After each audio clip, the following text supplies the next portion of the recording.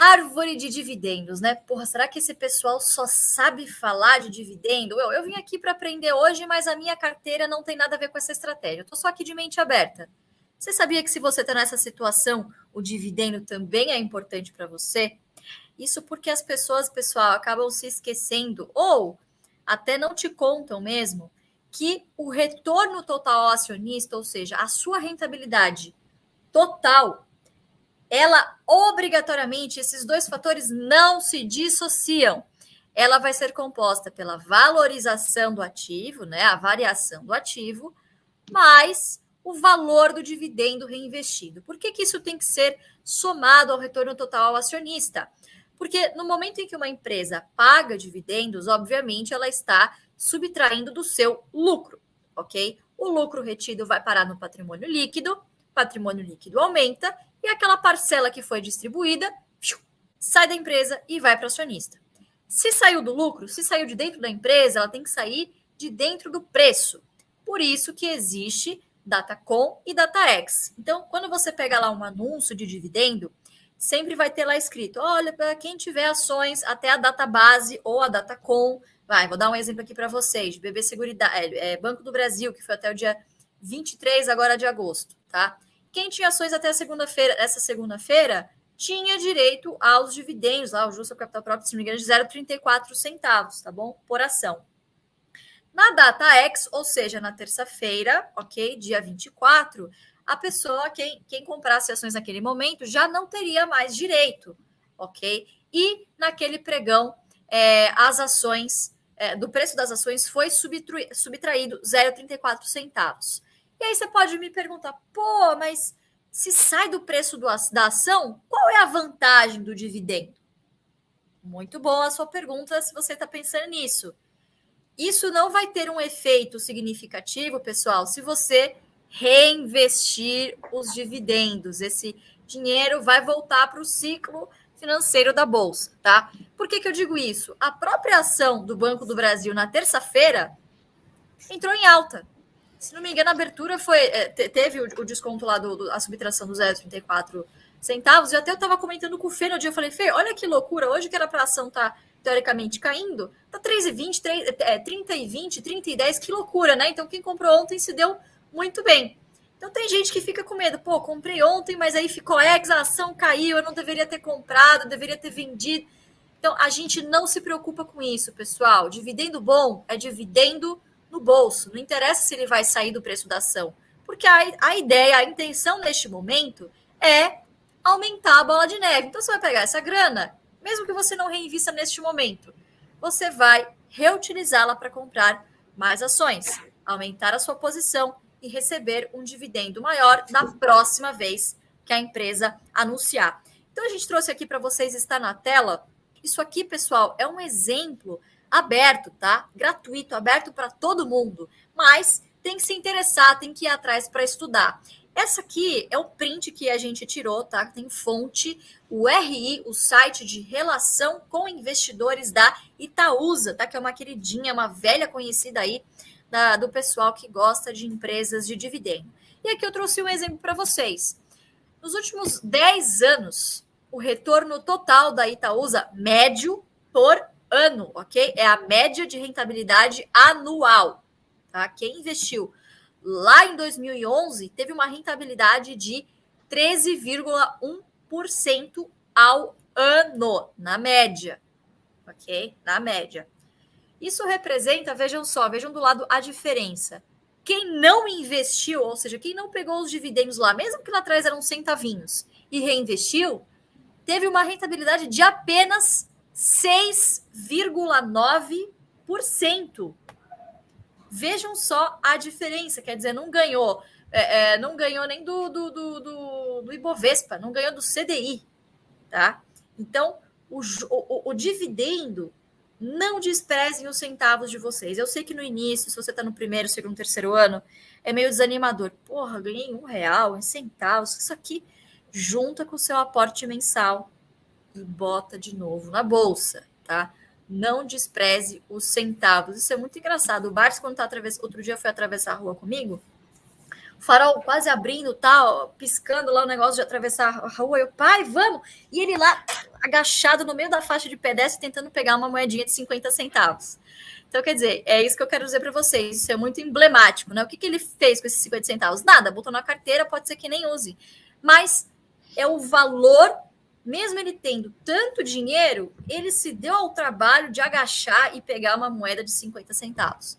Então, valorizem, obviamente, né? Não precisa chegar nesse nível, mas valorizem os centavos que vocês recebem de dividendos, tá bom? Vejam também a diferença aí dos 12 meses. Essa diferença não é tão nítida, né? 7,7% vezes 4,7%. Quanto maior for o horizonte que vocês estiverem olhando, muito provavelmente maior vai ser o impacto do dividendo na rentabilidade total de vocês. Isso vale não só para ações, mas principalmente para índices, tá? Por que eu estou dizendo isso? Existe uma modalidade de investimento que se chama ETF, tá? E aqui no Brasil, os ETFs não distribuem dividendos aos seus cotistas, tá? Por que eu estou dizendo isso?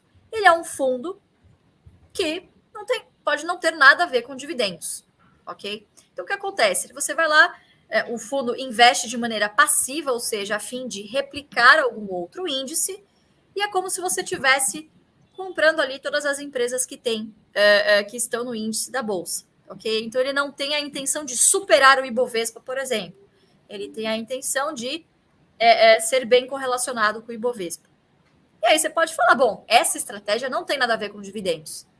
Tem, sim. Se você pegar, eu duvido, tá? Eu garanto para vocês, se vocês pegarem a rentabilidade média anual aí de no mínimo 10 anos, a rentabilidade de qualquer fundo, qualquer ETF, vai ter um impacto no dividendo, porque ele é reinvestido automaticamente, isso não vem para o bolso do cotista, tá bom? Então, fiquem atentos ao retorno total ao acionista. O dividendo é importante, mesmo que você não dê valor para ele, tá? Então, não estamos falando lorotas aqui, né, pessoal? O dividendo tem sempre para a gente um papel muito importante, porque é o que, no final, lá, quando a gente tiver a nossa carteira previdenciária, é o que vai pagar boleto, né?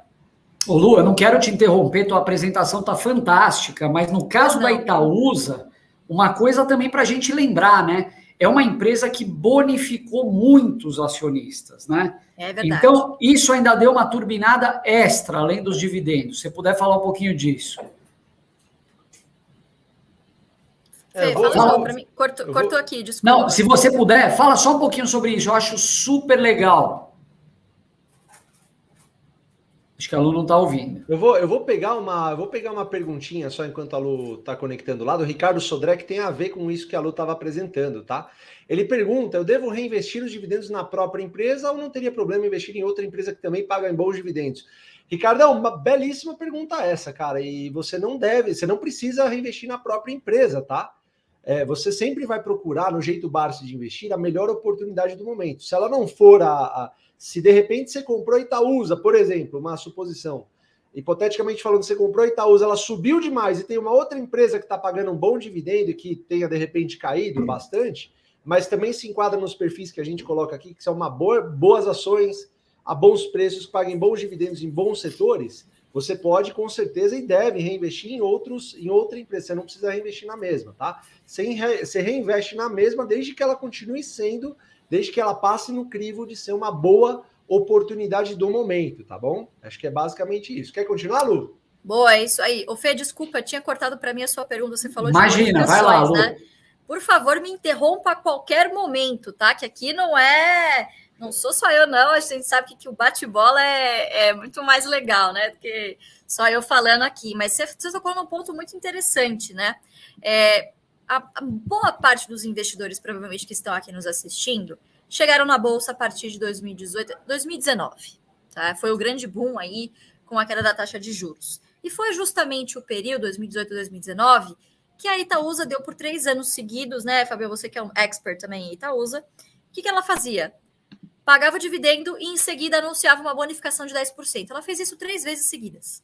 Tá? E na sua história anterior, nunca havia feito isso. Na verdade, ela nunca tinha sido uma grande pagadora de dividendos, apesar de receber um gordo dividendo do Itaú. Tá? Como nesses 3 anos E o investidor só viu isso, afinal, ele entrou em 2019, ele falou, pô, então isso aqui é uma grande pagadora de dividendo, isso aqui vai continuar na perpetuidade, né? Chegou em 2020, que foi uma época de vacas magras, a empresa não anunciou um dividendo muito bom e não anunciou bonificação. Esse ano, ao que tudo indica, também não vai anunciar um dividendo muito bom e não anunciou bonificação, tá, pessoal? Então, aqui, acho que são duas lições importantes. A bonificação, ela é um provento que a gente não consegue prever, tá? Porque vai depender de uma decisão da administração. Inclusive, isso geralmente não consta nem em estatuto, não consta em política de dividendos. Então, é um provento que, quando vem, a gente fala, opa, que maravilha, né? É um extra aí. O Bradesco tem feito isso nos últimos 2 anos, mas nada garante que isso vá continuar acontecendo. Então, é um provento que, meio quando vem, a gente fala, pô, é mais um aí, mas a gente acaba não contando com ele todos os anos, porque não tem como prever.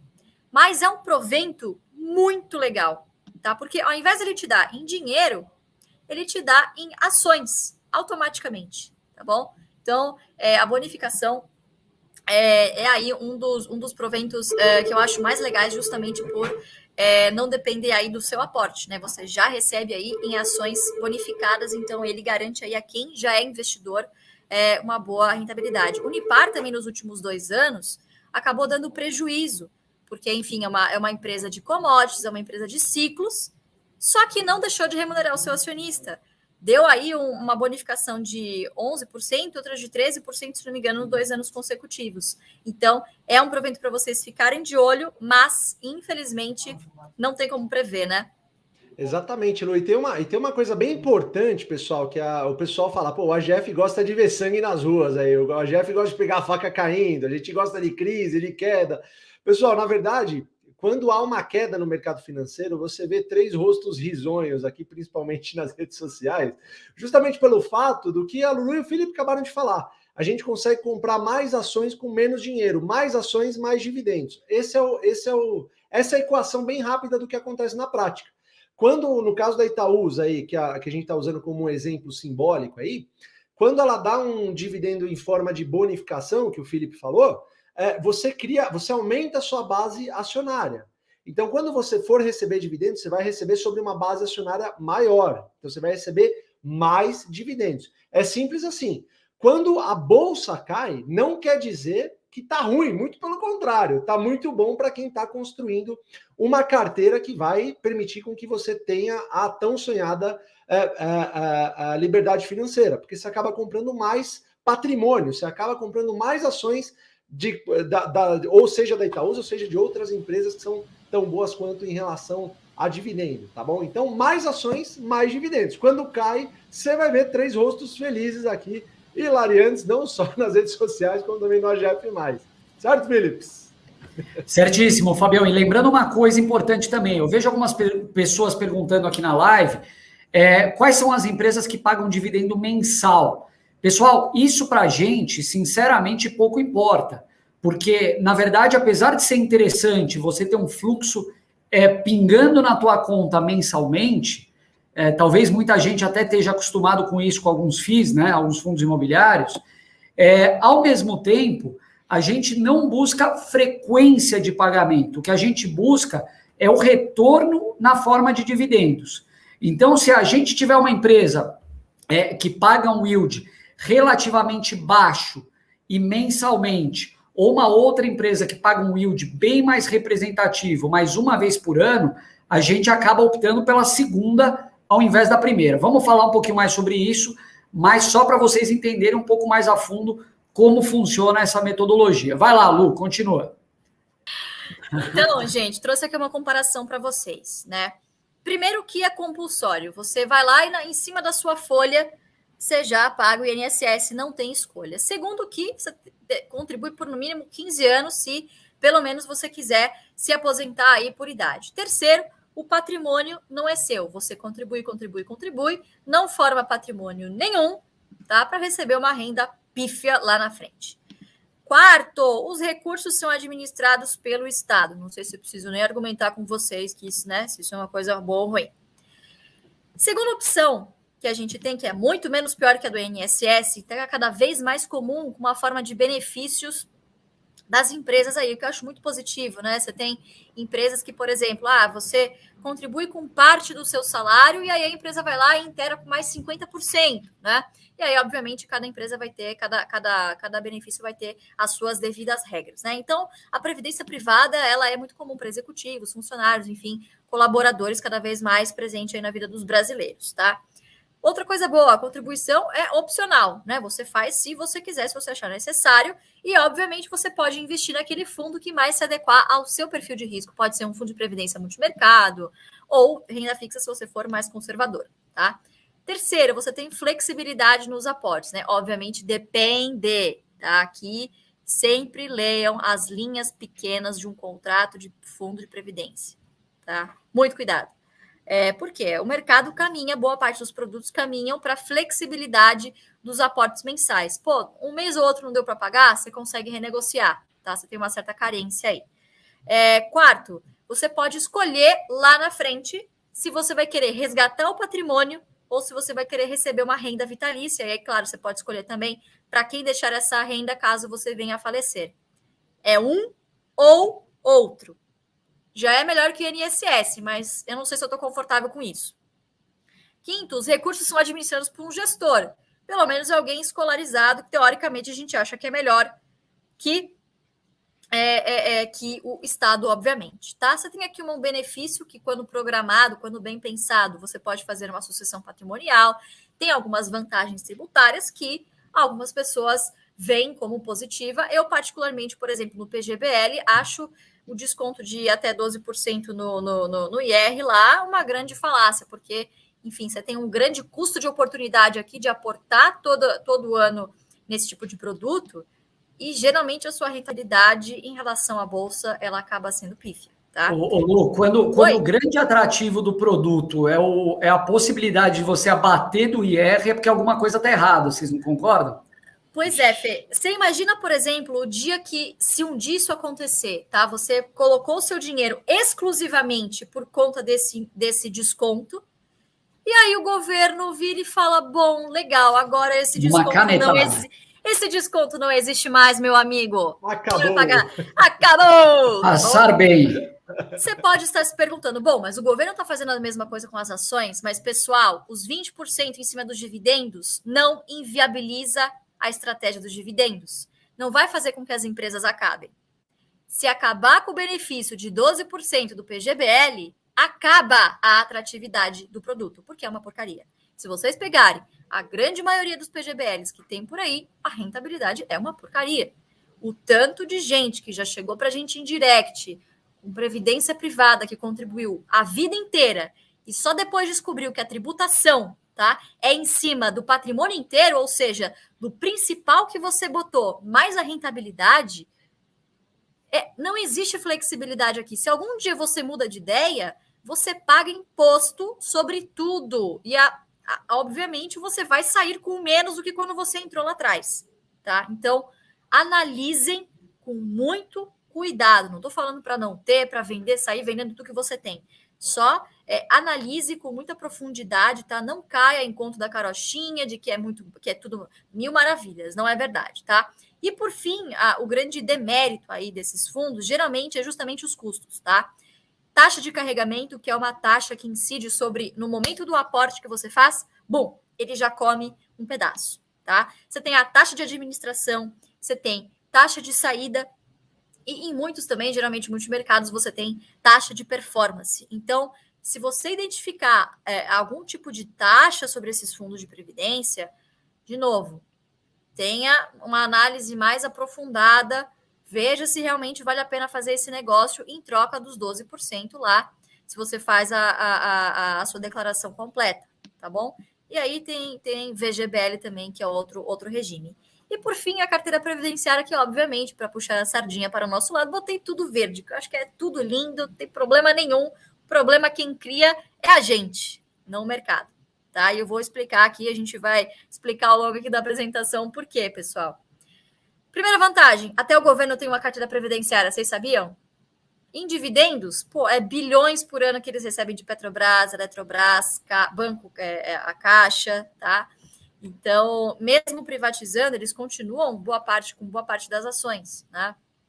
Embraer também, enfim, recebem gordos dividendos lá da carteira previdenciária que o governo detém. Segundo, de novo, a contribuição também é opcional. Você vai botar na bolsa aquele dinheirinho que sobra no final do mês e que você, sei lá, colocaria na poupança e esqueceria lá, entendeu? Esse é o dinheiro da bolsa, tá? E também, de acordo com o seu perfil de risco, você pode investir numa Petro, que é volátil, ou você pode escolher aqui o Best, que são os 5 setores mais perenes aqui indicados para a carteira previdenciária. Você tem também flexibilidade nos aportes. Se você não aportar em um dia, ninguém vai te cobrar nada, né?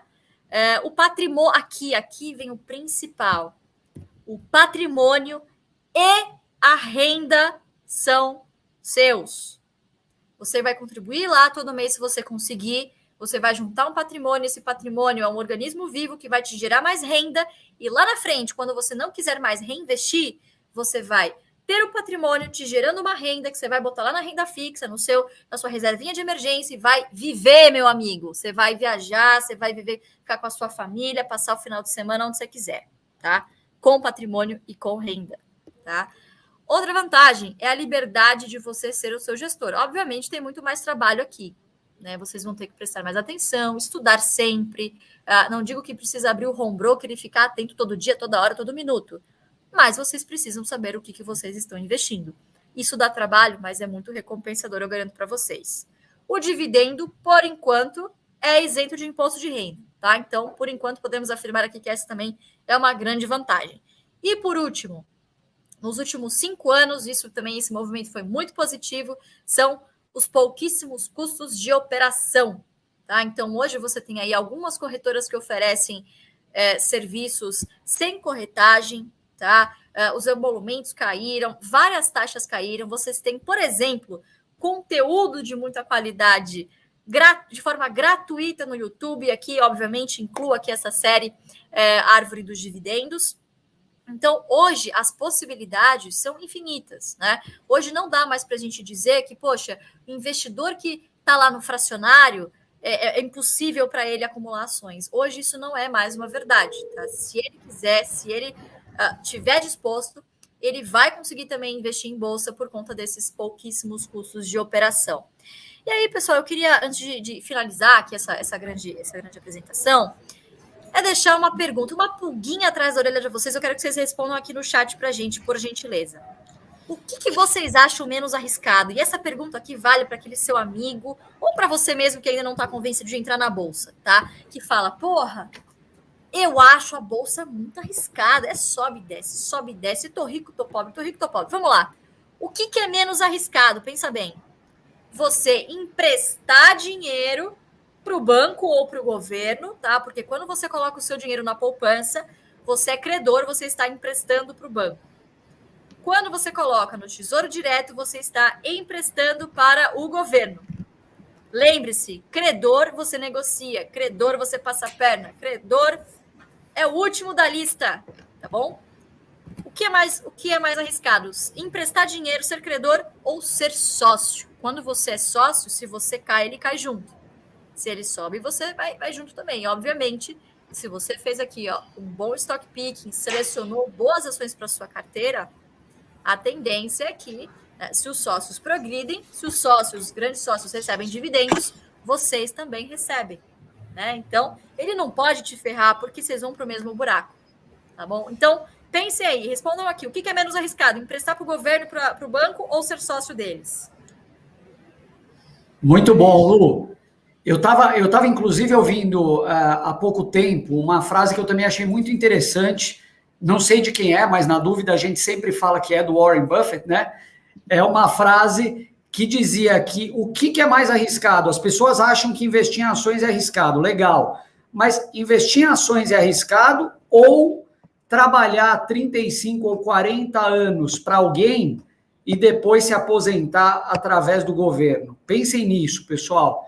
É muito importante. Quando a gente fala aqui de liberdade, de aposentadoria, a gente não está falando só para a tua velhice. Pelo contrário, a gente tem, inclusive, uma base de alunos gigantesca de pessoas mais jovens que já estão se preocupando. E não é se preocupar para quando a velhice chegar, não.